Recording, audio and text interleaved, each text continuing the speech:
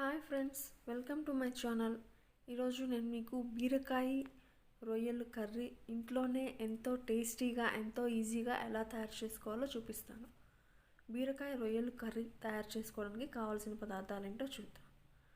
1/2 kg సన్నగా cut చేసి పెట్టుకున్న బీరకాయ, 1/2 kg ప్రాన్స్, కట్ చేసి పెట్టుకున్న ఉల్లిపాయ 2, 1 tablespoon ginger garlic paste, కొత్తిమీర కొద్దిగా, 1 tablespoon salt, 1/2 tablespoon పసుపు, 1 టేబుల్ స్పూన్ కారపొడి, 1 టేబుల్ స్పూన్ ధనియాల పొడి, చెక్క మొగ్గ లవంగా పొడి చేసి పెట్టుకున్న పొడి 1/2 table spoon, 3 table spoon oil.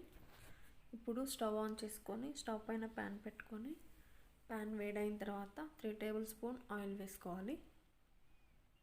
Oil వేడైన తర్వాత చెక్క మొగ్గ యాలకులు పొడి చేసి పెట్టుకున్న మిశ్రమం ఒక 1/2 టేబుల్ స్పూన్ వేసుకోవాలి. ఇది వేడైన తర్వాత ముందుగా కట్ చేసి పెట్టుకున్న ఆనియన్ వేసుకొని ఫ్రై చేసుకోవాలి.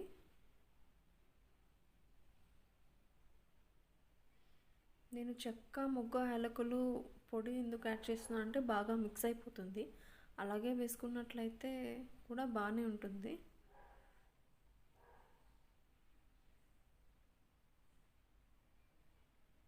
ఆనియన్ ఫ్రై అయింది. ఇప్పుడు 1 tablespoon ginger garlic paste add చేసుకొని ఫ్రై చేసుకోవాలి.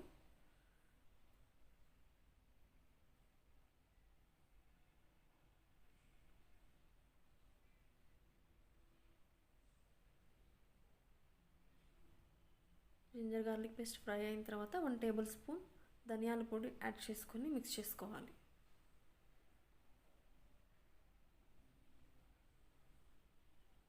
మిక్స్ చేసుకున్న తర్వాత ముందుగా సన్నగా కట్ చేసి పెట్టుకున్న బీరకాయ పలుకులు యాడ్ చేసుకోవాలి.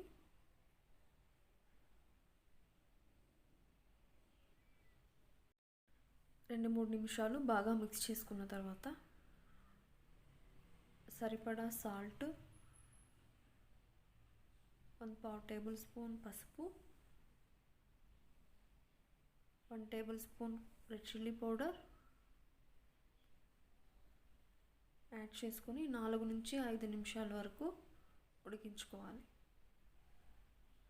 ఇలా కలిపెట్టుకునేటప్పుడే బీరకాయలో నుంచి కొద్దిగా వాటర్ వస్తుంది. ఇప్పుడు ప్రాన్స్ యాడ్ చేసుకోవాలి. ప్రాన్స్ని నేను 2 పీసెస్గా కట్ చేసుకున్నాను. ఇలా చేసుకున్నట్లయితే కనుక మసాలా బాగా పట్టుకుంటుంది. బీరకాయ కూడా ఎంత చిన్న పీసెస్ చేసుకుంటే అంత త్వరగా ఉడికిపోతుంది.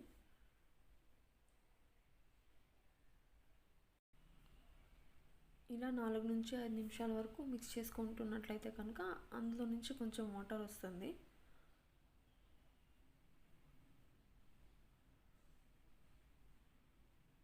ఇలా కొద్దిసేపు ఫ్రై చేసుకున్న తర్వాత 1 కప్పు వాటర్ యాడ్ చేసుకొని మీడియం ఫ్లేమ్లో పెట్టుకొని 15 నుంచి 20 నిమిషాల వరకు క్యాప్ క్లోజ్ చేసుకొని ఉడికించుకోవాలి.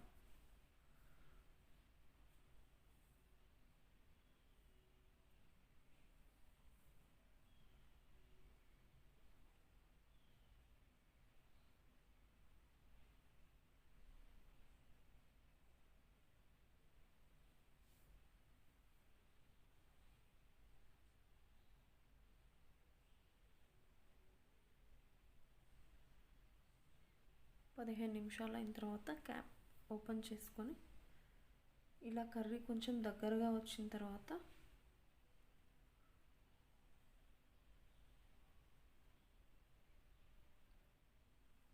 కొద్దిగా కొత్తిమీర యాడ్ చేసుకొని స్టవ్ ఆఫ్ చేసుకోవాలి.